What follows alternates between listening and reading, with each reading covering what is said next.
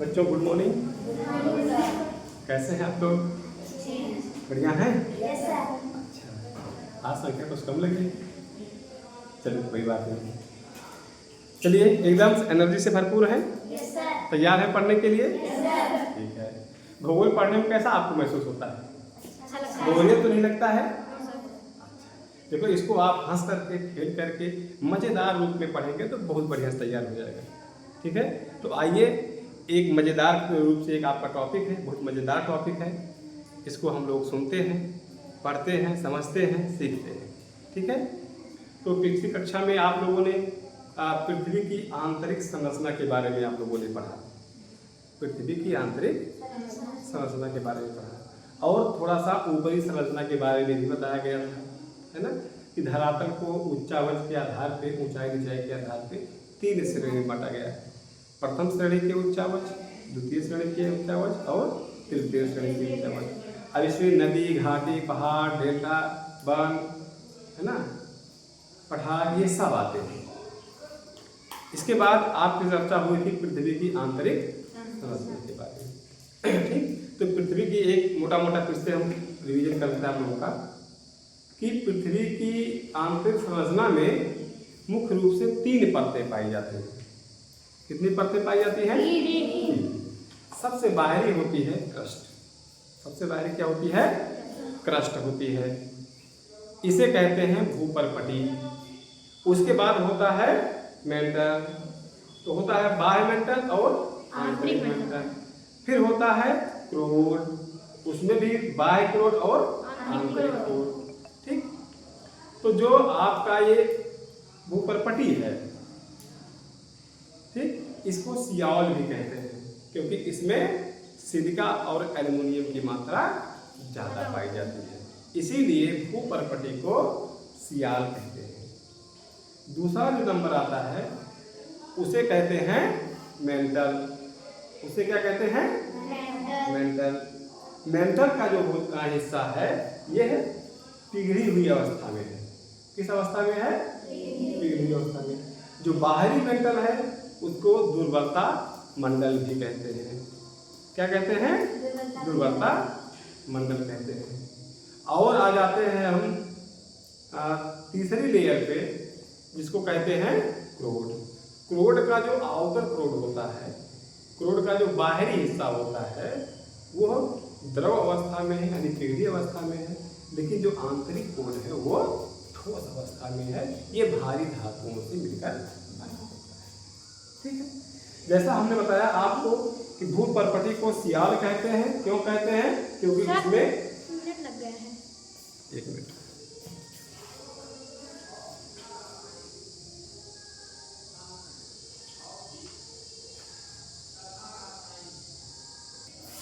ठीक है, तो जो इसका बाहरी परत है भूपर्पटी, इसमें SI सिलिका और एल्युमिनियम एयर ये ज़्यादा मात्रा पाई जाती है, इसीलिए इसको क्या कहते हैं? सियाल कहते हैं। क्या कहते हैं? सियाल। जो दूसरी हमारी परत है, ठीक, उसमें मैग्नीशियम और सिलिका। दूसरी परत में सिलिका और मैग्नीशियम ये बहुत मात्रा में पाया जाता है। तो SiMg, तो इसको शॉर्ट फॉर्म में हम सीमा कहते हैं। क्या कहते हैं? सीमा कहते हैं। भूपर्पटी को सियाल और मेंटल को सीमा क्यों कहते हैं? क्योंकि भूपर्पटी में सिलिका और एल्युमिनियम ज़्यादा पाया जाता है और मेंटल में सिलिका और मैग्नीशियम ज़्यादा पाया जाता है। तीसरी परत में आ जाते हैं, तो तीसरी परत ये भारी धातुओं से मिलकर बना होता है। तीसरी परत भारी धातुओं से मिलकर बना होता है। इन भारी धातुओं में ज़्यादा से ज़्यादा मात्रा में, बहुतायत मात्रा में पाया जाता है निकिल और लोहा। निकिल और लोहा। निकिल को Ni से लिखते हैं और लोहा को Fe से लिखते हैं, तो इसका नाम है नीफे। नीफे क्या नाम है? नीफे। ठीक, तो पृथ्वी की आंतरिक संरचना में 3 परतें हैं। भूपर्पटी बनाम सियाल, भूपर्पटी को सियाल भी कहते हैं, मेंटल को सीमा भी कहते हैं और क्रोड को नीफे कहते हैं। ठीक है, यहाँ तक बात समझ में आई? अब आ जाते हैं हम सॉइल पे, रॉक्स पे, जिसे हम चट्टान कहते हैं। क्या कहते हैं? चट्टान। सॉइल को हम चट्टान भी कहते हैं। ये सॉइलें क्या होती हैं? सॉइलें जो होती हैं खनिजों के मिश्रण से बनी होती है। खनिजों के मिश्रण से बनी होती है। सॉइलें क्या होती हैं? क्या होती हैं? ये खनिजों के मिश्रण से बनी होती है। ठीक, हम आसपास देख रहे हैं, जैसे घर में हमारे मम्मी जो मसाला पीसती है, सिलबट्टा होगा, घर में होगा सिलबट्टा। पहले के जमाने में आटा पीसने के लिए चक्की होती थी घर में, हाथ से पीसा जाता था। आज भी जो मशीन से आटा पीसा जाता है, चक्की पे आटा पीसा जाता है, उसमें पत्थर के बड़े बड़े टुकड़े लगे होते हैं। वो पहले घर पे घुमा रहा था, आज मशीन से घूम रहा है। सिलबट्टा है। इस तरह से जो ये मुझे घरों में मिलते हैं, ये भी रॉक्स हैं, ये भी चट्टानें हैं। अब देखिए सड़क जब पड़ती है, उस पर बड़ी बड़ी बजड़ी पड़ती है, ये भी चट्टानों को तोड़ करके लाया जाता है ना? ये भी चट्टानें ही हैं। यहाँ तक कि जो मेरा ये खेत है, ये भी एक चट्टान से मिलकर बना, ये भी एक प्रकार का चट्टान ही है। हाँ, ये है कि कुछ चट्टानें एकदम कठोर होती हैं, कुछ चट्टानें कुछ मुलायम होती हैं, कुछ चट्टानें भुरभुरी भी होती हैं, लेकिन चट्टानें सही होती हैं। इसका मतलब कुछ चट्टानें कठोर होती हैं, कुछ चट्टानें भुरभुरी मुलायम होती हैं, यानी चट्टानें भी कई प्रकार की होती हैं, है ना? तो आइए जानते हैं कि प्रमुख रूप से आपकी जो चट्टान है ये कितने प्रकार की होती है। ये मुख्य रूप से 3 प्रकार की होती है। कितने प्रकार की होती है? 3 प्रकार की होती है। पहला नंबर है आग्नेय सैल। पहला क्या है? आग्नेय सैल। दूसरा है अवसादी सैल और तीसरा है रूपांतरित सैल। तो आइए हम आग्नेय सैल के बारे में जानें। आग्नेय सैल को अंग्रेजी में इग्नियस रॉक्स कहते हैं। क्या कहते हैं? इग्नियस रॉक्स कहते हैं। जो ये इग्निस शब्द है, इग्निस शब्द है, ये लैटिन भाषा का शब्द है। किस भाषा का शब्द है? लैटिन। लैटिन भाषा में इग्निस का मतलब आग होता है। इग्निस का मतलब आग होता है। तो ये तात्पर्य इससे है कि जो चट्टानें आग में क्या होती है? जो चट्टानें गर्म से बनती है, गर्मी के कारण बनती है, उन्हीं चट्टानों को कहा जाता है आग्नेय, इग्निस रॉक्स।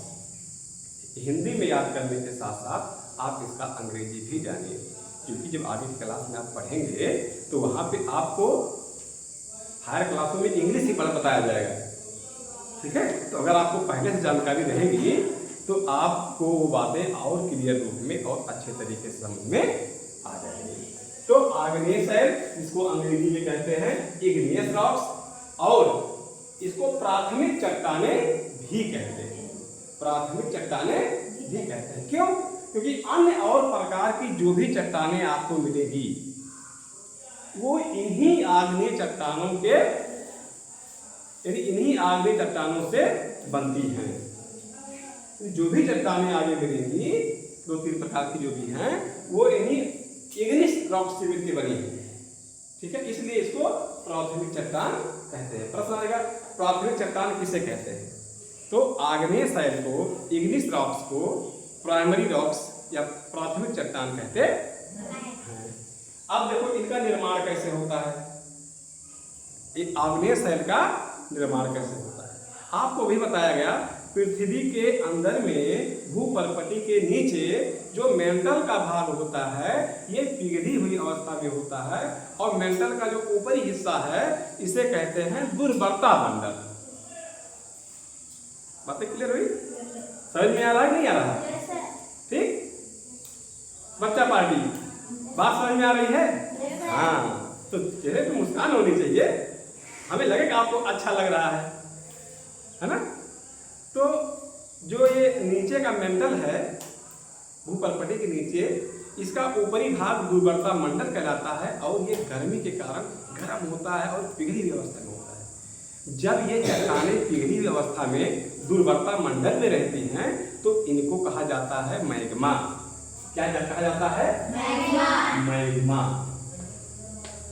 क्या कहते हैं? मैग्मा। मैग्मा क्या होता है?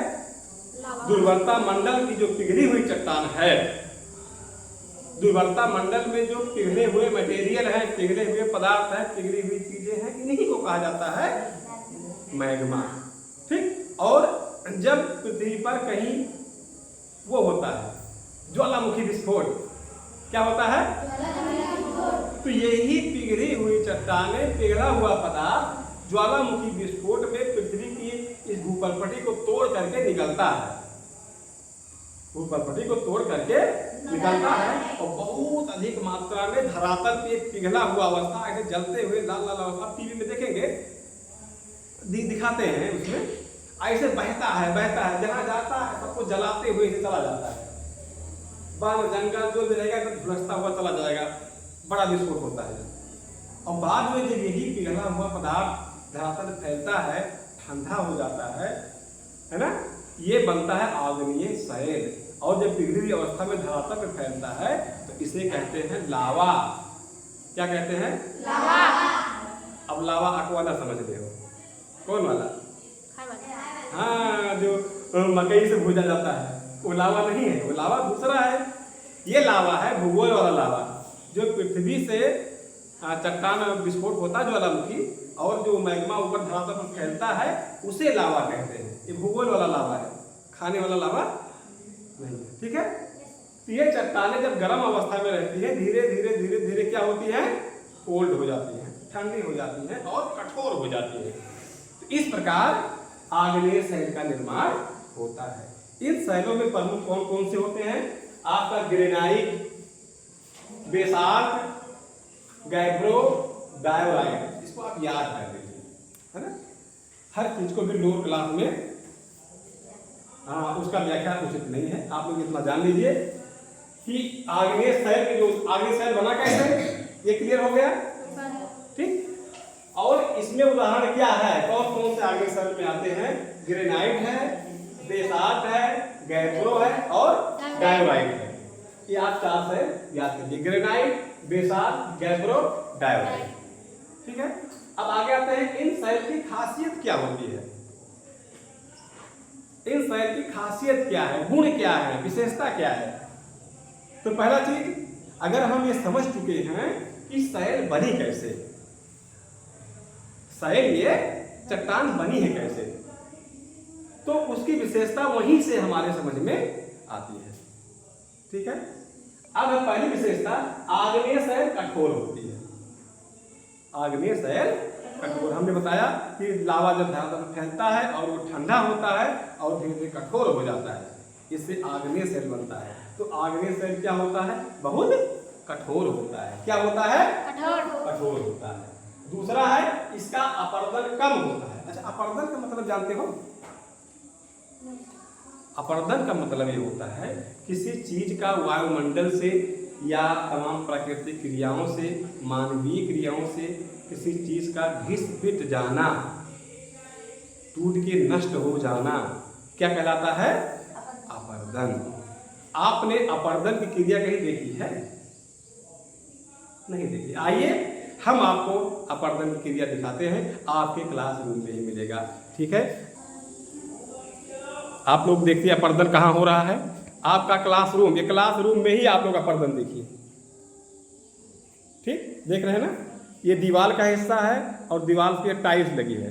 टाइल्स के ऊपर देखिए जो आपका चूने का पेंटिंग हुआ था, या ये जो पेंटिंग हुई है, ये धीरे धीरे गल रही है, धीरे धीरे गल रही है, हवा लगती है, नमी लगती है और धीरे धीरे ये गलकर नष्ट हो जाती है। देखिए किनारे किनारे आपको जैसा दिख रहा है, ये नष्ट हो रही है, इसी को कहते हैं अपर्दन।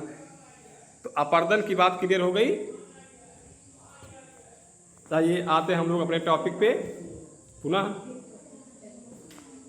तो अपर्दन बात समझ में आई क्या होता है? क्लासरूम में आपका लगा है, इसे देखिए। तो धीरे धीरे किसी चीज का प्राकृतिक क्रियाओं द्वारा या वैसे मानवीय क्रियाओं द्वारा धीरे धीरे नष्ट हो जाना अपर्दन कहलाता है। तो ये शैल कठोर होती है। जैसे आपके इस रूम में टाइल्स लगी है ना, टाइल्स क्या है? कठोर है। है ना। अभी इसमें झाड़ू से आप खींचिए तो टाइल्स निकलेगी नहीं, लेकिन अगर आप दीवार में मारेंगे तो वहाँ पे कुछ मसाला भी निकल सकता है ना, क्योंकि पुरानी हो गई है। तो धीरे धीरे वो अपर्दन हो रहा है, लेकिन जो चीज़ें कठोर होती हैं उसका अपर्दन कम होता है। तो वही दूसरा विशेषता है, इसका अपर्दन कम होता है। किसका? आग्नेय शैल का, क्योंकि ये कठोर होती है। दूसरा है ये शैल रवेदार और दानेदार होती है। अच्छा, रवेदार का मतलब क्या होता है? हलवा आप खाए हैं? Yes sir. सूजी का हलवा? Yes sir. जब उसको घी में खूब बढ़िया से भूनते हैं और बाद में उसमें दूध या पानी या चीनी जो भी डालते हैं, आप देखेंगे हलवा जब बढ़िया से बनता है तो उसमें रवेदार रहता है ना, दानेदार बन जाता है हलवा। तो ये जो चट्टानें होती हैं ये कैसी होती हैं? रवेदार होती हैं। कभी इनको हम तोड़ते फोड़ते हैं तो उसमें छोटा छोटा महीन महीन भुरभुरा निकलता है। बात समझ रहे हैं? तीसरा है, चौथा इनका, इन शैलों में परत नहीं पाई जाती है। इन शैलों में परत नहीं पाई जाती है। परत नहीं पाई मतलब ये शैलें परतदार नहीं होती, इसमें लेयर नहीं होती है। ठीक। अगली विशेषता है आग्नेय शैलों में जीवाश्म नहीं पाए जाते हैं। एक शब्द आ गया आपका जीवाश्म। जीवाश्म का मतलब जानते हो? जीवों के अंश। जीवों के अंश। अच्छा, जब ये शैल बनी कैसे? ये शैल तो भूपर्पटी यानी भूपर्पटी की जो सामान्य मोटाई है वो 35 किलोमीटर है।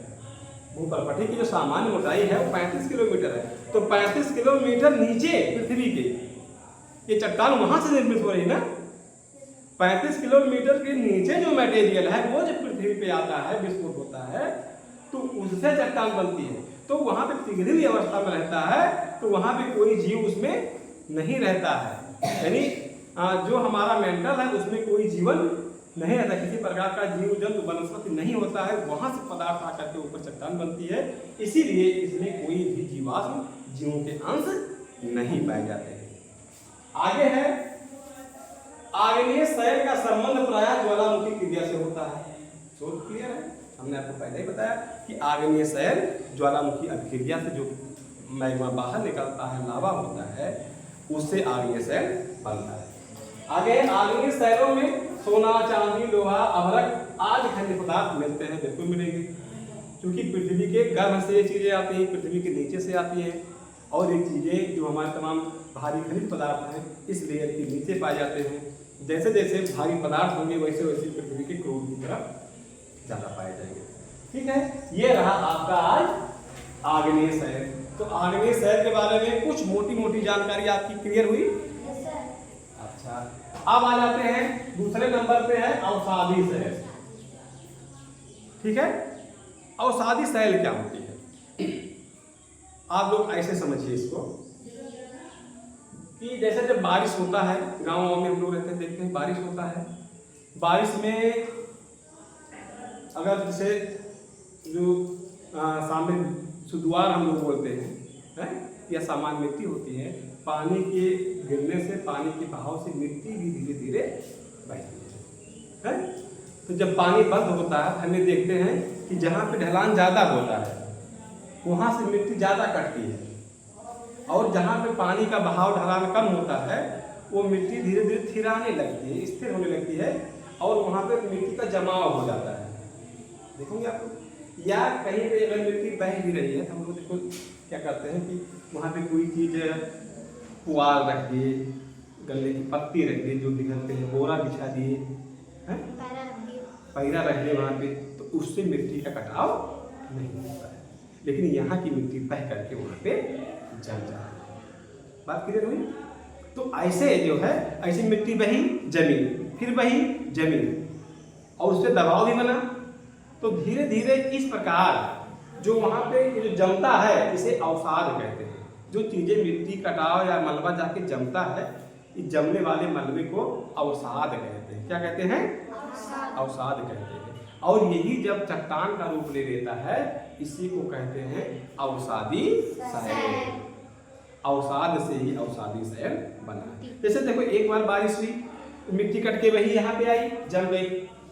इसके बाद उस पर पत्ती पड़ा, चिवटा माटा कुछ नहीं पड़ रहा उस पर ना, तमाम पत्ती पुआर पैरा पड़ रहा, कुछ नहीं पड़ रहा। फिर दोबारा मिट्टी बह के आई, उसी पे जम गई। तो एक परत नीचे हो गई, एक परत फिर हो गई, फिर एक परत हो गई। ऐसे ऐसे ये जो अवसादी सैल जमती जाती है, ये कैसी होती है? परतदार होती है। कैसी होती है? परतदार। कैसी होती है ये बच्चा? परतदार। तो बच्चा पार्टी समझ में आ रहा है? Yes sir. यानी अवसादी सैलों को हम परतदार सैल भी कहते हैं। इसका निर्माण कैसे हुआ? अवसाद के जमने के कारण हुआ। आपका भी इतना बड़ा हिमालय पर्वत है, उत्तर में रखवाली करता पर्वतराज विराट है, हैं? आपने सुने है ना, दक्षिण में चरणों को धोता सागर का सम्राट है। तो जो आपकी उत्तर में रखवाली कर रहा है, कौन सा? हिमालय पर्वतमाला। ये पूरा हिमालय है, यह अवसादी सैल से बना है। अवसादी सैल का ही उदाहरण है। ये भी परतदार सैल हैं हिमालय पर्वत की। ठीक है, अब हिमालय पर्वत का निर्माण कैसे हुआ है, इसका आपको नेक्स्ट कक्षा में आपको बताया जाएगा। ठीक है, अभी इसको अंग्रेजी में सेडिमेंट्री रॉक्स भी कहते हैं। अवसादी सैल को सेडिमेंट्री रॉक्स कहते हैं। इसका निर्माण कैसे हुआ? अवसाद के परत दर परत जमने से। और तीसरा उदाहरण क्या है इसका? बलुआ पत्थर, चूने का पत्थर, कोयला, खड़िया मिट्टी। ये अवसादी सैल के, परतदार सैल के और सेडिमेंट्री रॉक्स के उदाहरण हैं। अब इनकी क्या खासियत होती है? जैसे आपने आग्नेय सैल की खासियत देखी, वैसे इनकी खासियत देखी। तो परतदार सैल का निर्माण चट्टान चूर्ण तथा जीवाश्मों एवं वनस्पतियों के एकत्रीकरण से होता है। हम जो चट्टानें बह के आती हैं, जो धूल मिट्टी बहकर आएगी, वो जमेगी,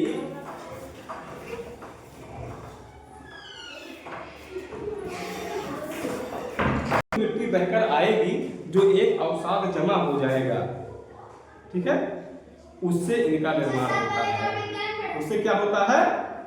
उसका निर्माण होता है। ठीक, अब इसमें जीवाश्म एवं वनस्पतियों का एकत्रीकरण होता है। तो जाहिर सी बात है, इसमें जीवाश्म पाए जाएंगे। जब जमा हो रहा है, इसमें जीवों के अंश पाए जाते हैं। परतदार सैलों में जीवों के अंश पाए जाते हैं। ठीक, अगला विशेषता है परतदार सैल में जीवाश्म पाए जाते हैं। क्लियर? अगला है ये परतदार होती है। क्यों होती परतदार? अवसादी सैलें परत दर परत जमती जाती है, इसलिए ये परतदार होती हैं। चाहे अवसादी सैल कह लीजिए, चाहे परतदार सैल कह लीजिए, दोनों एक ही होते हैं। और ये सैल रवेदार नहीं होती हैं। ये सैल रवेदार नहीं होती हैं। अगला है परतदार सैल प्रायः कैसी होती है? मुलायम होती है। परतदार सैल कैसी होती है? मुलायम। लेकिन कोई कोई सैल कठोर भी होती है, कड़ी भी होती है। ठीक, लेकिन प्रायः ये मुलायम होती है।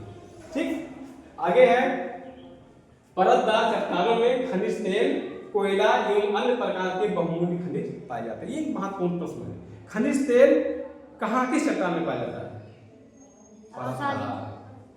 परतदार अवसादी। खनिज तेल कैसे बनता है? जैसे अवसाद जमा हो रहा है, उसमें कुछ ऐसी वनस्पतियां दब गई जिससे खनिज तेल बना। सारे के गल के ताप द्वारा, दाब द्वारा वो सब गल गया और वहाँ पे उनका जो बचा कुचा मटेरियल था, जीवाश्म था, उससे तेल बना। और वो तेल कहाँ एकत्रित है? इन्हीं अवसादी चट्टानों के बीच में जो महीन महीन छेद होते हैं, इसी में ये खनिज तेल पाए जाते हैं। प्रश्न बनेगा कि जो हम खनिज तेल जमीन से निकालते हैं, ये खनिज तेल किस प्रकार की चट्टान में पाया जाता है? ठीक है, तो खनिज तेल किस प्रकार की चट्टान में पाया जाता है?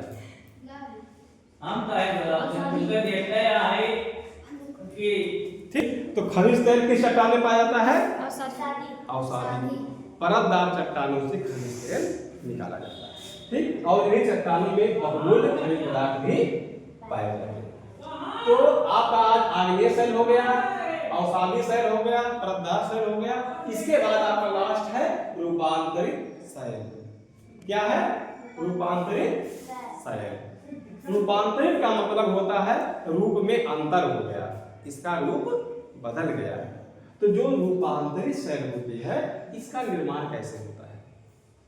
ठीक है, इसको अंग्रेजी में कहते हैं मेटामॉर्फिक रॉक्स। नोट कर लीजिएगा, मेटामॉर्फिक रॉक्स, रूपांतरित शैल। तो चाहे वो आग्नेय शैल हो और चाहे वो अवसादी शैल हो, उच्च ताप और भारी दाब के कारण इन शैलों के गुणों में परिवर्तन हो जाता है और वो शैल रूपांतरित शैल कहलाती है। जैसे अगर हम कच्ची मिट्टी से ईंटा पात देते हैं, ईंटा बना देते हैं, ठीक है, वो मुलायम होगा। अगर उसका और कठोर रूप देना है, उसको गर्मी में कोयले में हम पका देंगे। जब ईंटा पक जाएगा तो पहले से उसका रूप बदल जाएगा। कच्ची मिट्टी से जो कच्चा ईंटा था उससे जो पक्का ईंट बना, इससे इसका रूप क्या हो जाएगा, बदल जाएगा। तो ये क्या हो गया, अब ये था परतदार, अब बाद में जो ईंटा बन गया तो वो क्या हो गया, रूपांतरित मेटामॉर्फिक रॉक्स बन गए, रूपांतरित शैल बन गई। ठीक है, ये रूपांतरित शैल हो गया। रूपांतरित शैल का मतलब होता है कि आग्नेय शैल या अवसादी शैल में ताप एवं दबाव के कारण इसका रूप बदल जाता है, इसका गुण भी बदल जाता है, वो कहलाता है आपका रूपांतरित शैल। इस प्रकार का निर्माण होता है। और फिर क्या है, उदाहरण में आपका हो गया ग्रेनाइट। अब देखो रूप बदल रहा है। आपका ग्रेनाइट क्या है, ये देखो ग्रेनाइट क्या है, आग्नेय शैल है। ग्रेनाइट में ताप एवं दाब के कारण जब ग्रेनाइट का रूप बदलता है वो नीस बन जाता है। क्या बन जाता है, नीस। तो ग्रेनाइट क्या है, आग्नेय रॉक्स है, इग्निस रॉक्स है, आग्नेय शैल है, और नीस क्या है, रूपांतरित शैल है। चूना पत्थर परतदार शैल है। चूना पत्थर क्या है, और इससे बन गया आपका क्वार्टराइट। आगे है हाँ, बालूका पत्थर से क्वार्टराइट बन गया। फिर आपका चूना पत्थर है। चूना पत्थर क्या है, रूपांतरित शैल है। चूना पत्थर से क्या बन गया, कठोर संगमरमर बन गया। जो विश्व का 7 अजूबा है उसमें आपका सफेद संगमरमर से बना आपका ताजमहल भी है। ताजमहल कैसे बना है, सफेद संगमरमर से बना है। सफेद संगमरमर से बना ताजमहल, ठीक, या ताजमहल किस प्रकार की शैल से बना है, किस प्रकार की चट्टान से बना है, रूपांतरित चट्टान। रूपांतरित चट्टानें कठोर हो जाती है। आगे देखो, चूना पत्थर संगमरमर बन गया, कोयला से ग्रेफाइट और हीरा बन गया। कोयले का ही रूप बदलता है, वो हीरा बनता है। और शैल से क्या बन गया, स्लेट बन गया। ठीक, अब इसकी खासियत क्या है, आपके रूपांतरित शैल की विशेषता। पहला है रूपांतरित चट्टानें ताप व दाब के द्वारा बनती है। हमने पहले बताया इन चट्टानों में ताप एवं दाब के कारण जो रूप परिवर्तित होता है, इसीलिए रूपांतरित शैल बनती है। इन चट्टानों में कठोरता अधिक होती है। जैसे हमने आपको उदाहरण दिया कच्ची ईंट का, जो कच्ची मिट्टी की ईंट बनेगी, ठीक है, आपका ध्यान किधर है, कच्चे मिट्टी की जो ईंट बनेगी, ठीक, उसको जब पकाया जाएगा, ताप बढ़ाया जाएगा, गर्मी बढ़ाई जाएगी, तो उसमें पहले से ज्यादा मजबूती आ जाएगी। ये बात क्लियर हुई। इनका अपरदन कम होता है, बिल्कुल कम होगा। अगर हम एक कच्ची ईंट का उदाहरण लेते हैं, कच्ची ईंट को बाहर हम रख दे रहे हैं, शीत पड़ेगी, पानी गिरेगा, बरसात होगी, हवा चलेगी, वो जल्दी गल जाएगा। लेकिन एक पक्की ईंट को अगर हम वहां रख देते हैं तब उसका अपरदन यानी वो जल्दी से नष्ट नहीं होगा, उसका अपरदन कम होगा। ये चट्टानें मूल्यवान पत्थर संगमरमर से लेकर हीरा, नीलम, माणी जैसे रत्न प्रदान करती है। इन्हीं चट्टानों में हीरा भी पाया जाता है, माणी भी पाया जाता है, और बहुमूल्य रत्न भी इसी चट्टानों में पाए जाते हैं। इस प्रकार से आज आपका जो चट्टान का सिलेबस था, रॉक्स था, शैल थी। शैलें मुख्य रूप से आपकी 3 प्रकार की हुई। इग्निस रॉक्स, पहला क्या था, इग्निस रॉक्स, जिसे हम आग्नेय शैल कहते हैं, और इसका एक नाम प्राथमिक चट्टान भी है। और दूसरा आपका अवसादी शैल, सेडिमेंट्री रॉक्स, इसका एक नाम परतदार शैल भी है। तीसरा आपका है रूपांतरित शैल, मेटामॉर्फिक शैल, ठीक, इग्निस बदलने से होती है। ठीक है, इस प्रकार आपका आज 3 शैल क्लियर हो गया है। इनकी विशेषता यहाँ पे दी गई है। इनका निर्माण समझाया गया, आप लोग इसको नोट कर लीजिए और घर से 1 2 बार 3 बार इसको आप पढ़ेंगे। इसके बाद जो समझ में नहीं आएगा अगली क्लास में आप उसको हमसे पूछ लेंगे। कोई दिक्कत किसी को? Okay, thank you.